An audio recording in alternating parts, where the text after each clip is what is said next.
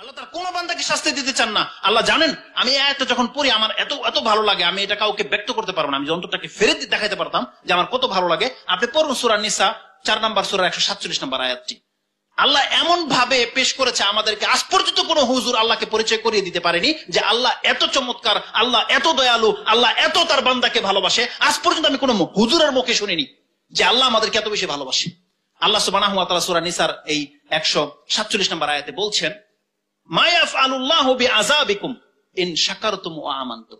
আল্লাহর কি কাজ তোমাদেরকে শাস্তি দেবে যদি তোমরা শুকরিয়া আদায় করো এবং আল্লাহর প্রতি ঈমান নিয়ে আসো? কেন আল্লাহ তোমাকে শাস্তি দেবে? আল্লাহ আপনাকে অপশন রেখেছে, বান্দা তোমাকে আমি কেন শাস্তি দেবো? যদি তুমি আমার শুকরগুজার বান্দা হও, যদি তুমি আমার প্রতি ঈমান নিয়ে আসো, তোমাকে আমি কেন শাস্তি দেবো? এর জবাব কি দিবেন আপনি বলেন? আপনাকে কি আল্লাহকে স্বৈরাচারী মনে হয়, জব্বার কাহ্হার মনে হয়? লা হাওলা ওয়ালা কুওয়াতা ইল্লা বিল্লাহ। আল্লাহ বলছেন আমি হচ্ছে রহমান, আল্লাহ হচ্ছেন রহমান, আল্লাহ হচ্ছেন রাহিম, আল্লাহ হচ্ছেন গাফফার। আল্লাহ কখনো তার বান্দাকে বলেনি বান্দা জেনে নাও আমি হচ্ছে কাহ্হার। আল্লাহর নাম তো কাহ্হার, জব্বার, কিন্তু আল্লাহ বলেনি এইভাবে যে তুমি আমাকে চিনে রাখো। বরং আল্লাহ বলছেন নাব্বি ইবাদি আন্নী আনাল গাফুরুর রাহিম, হে নবী আপনি আমার বান্দাদেরকে জানিয়ে দিন আমি হচ্ছে ক্ষমাশীল এবং দয়াবান। এটা আল্লাহ জানাতে বলেছে।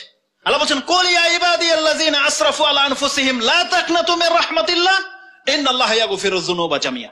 নাই কোরআনে আয়াতগুলো? ওটা পাবেন আপনি সূরা হিজর 15 নম্বর সূরার 39 নম্বর আয়াতে, আর যেটা এখন বললাম এটা সূরা জুমার 39 নম্বর সূরার 53 নম্বর আয়াতে। কত কথা আল্লাহ সুবহানাহু ওয়া তাআলা বলেছে। আল্লাহ বলছেন মা ইয়াফআলুল্লাহু বিআযাবিকুম ইন শাকারতুম ওয়া আমানতুম। সুবহানাল্লাহ।